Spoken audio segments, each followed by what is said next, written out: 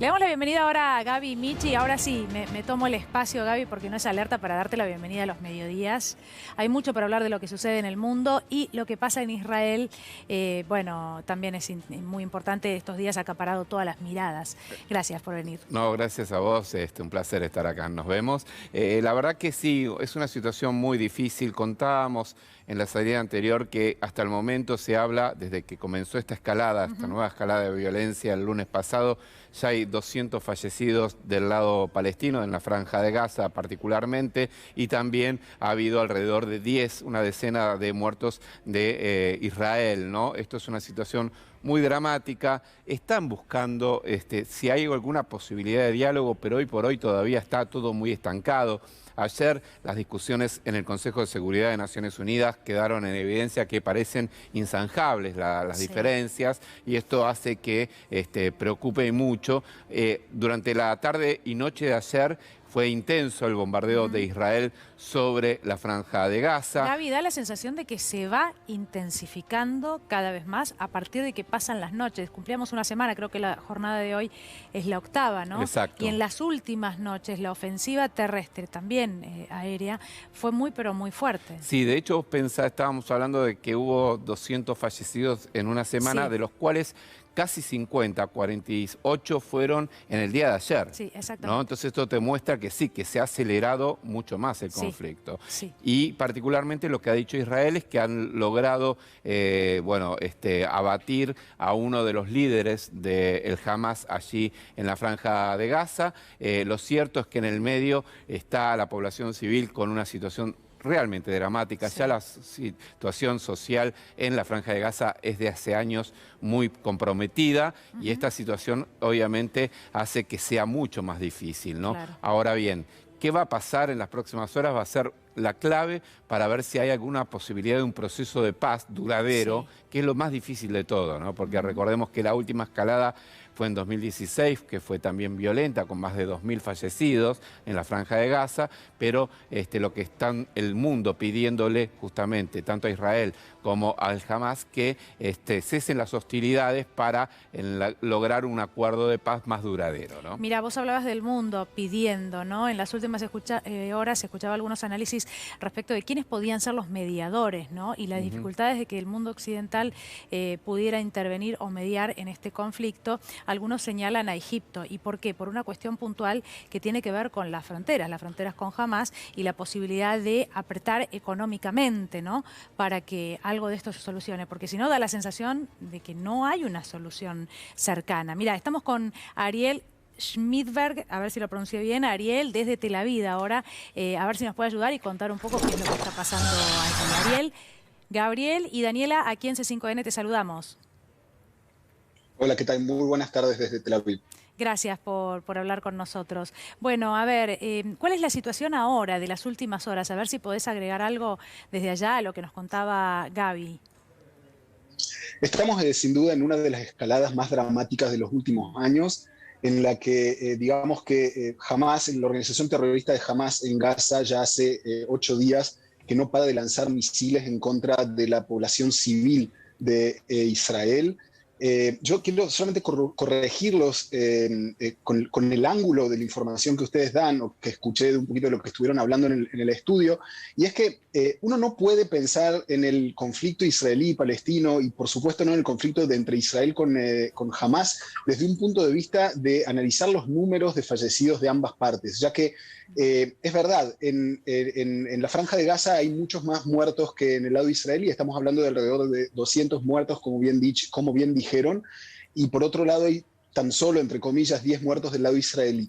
Pero esto no se puede ver de una forma simétrica, ya que Hamas es una organización terrorista que tomó como rehén a la población civil de Gaza, de la Franja de Gaza, y de hecho la usa como un escudo.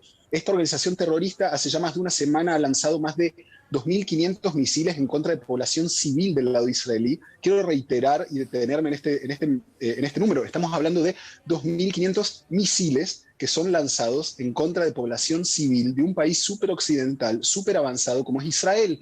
Y lo que hace que de este lado del límite de la frontera, que del lado israelí no haya en este momento miles de muertos, es el avance tecnológico que tiene el Estado de Israel y seguramente han escuchado hablar de las baterías defensivas que llaman cúpula de hierro, Sí. que de hecho estamos hablando de misiles que interceptan misiles enemigos en el aire y los hacen explotar en el aire, y de esa manera tratan de pequeñecer el daño que estos misiles pueden causar si caen en el medio de una población civil. Si no fuera por esta batería defensiva, estaríamos hablando de miles de muertos de este lado del país.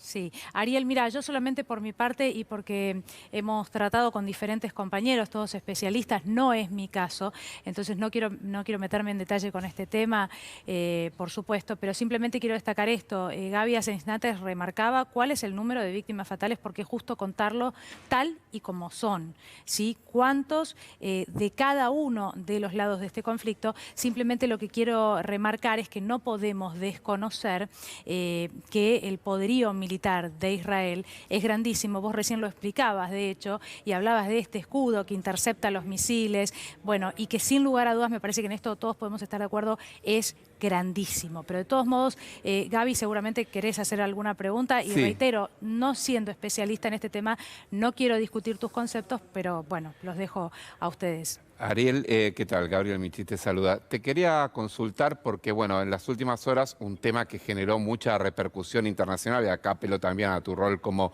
periodista, creo, del diario más importante de Israel. ¿Cómo está repercutiendo internamente en Israel lo que ocurrió con el ataque contra el edificio donde funcionaba Associated Press y también la cadena Al Jazeera? Digo porque desde Associated Press y de Al Jazeera han dicho que no está probado que hubiese o que no hay datos que muestren que allí funcionaba una unidad de inteligencia del Hamas en este edificio que fue derrumbado. Sí, miren, hay que entender cómo viene la parte geográfica de la Franja de Gaza para entender cuán complicado es luchar contra el terrorismo del Hamas en ese tipo en ese tipo de zonas. Estamos hablando de uno de los lugares con mayor cantidad de población por metro cuadrado del mundo, incluso el lugar más intensamente con la mayor densidad, Sí, densidad poblacional del mundo. Sí. Claro. Ahora, los terroristas del Hamas tratan de usar a los civiles como escudos, y de hecho, para tratar de que el ejército israelí no llegue a ellos, de hecho actúan tanto de edificios civiles como de hospitales, como de escuelas de la ONU. Si el ejército israelí ha derrumbado el edificio ese, es porque Hamas estaba actuando dentro de él.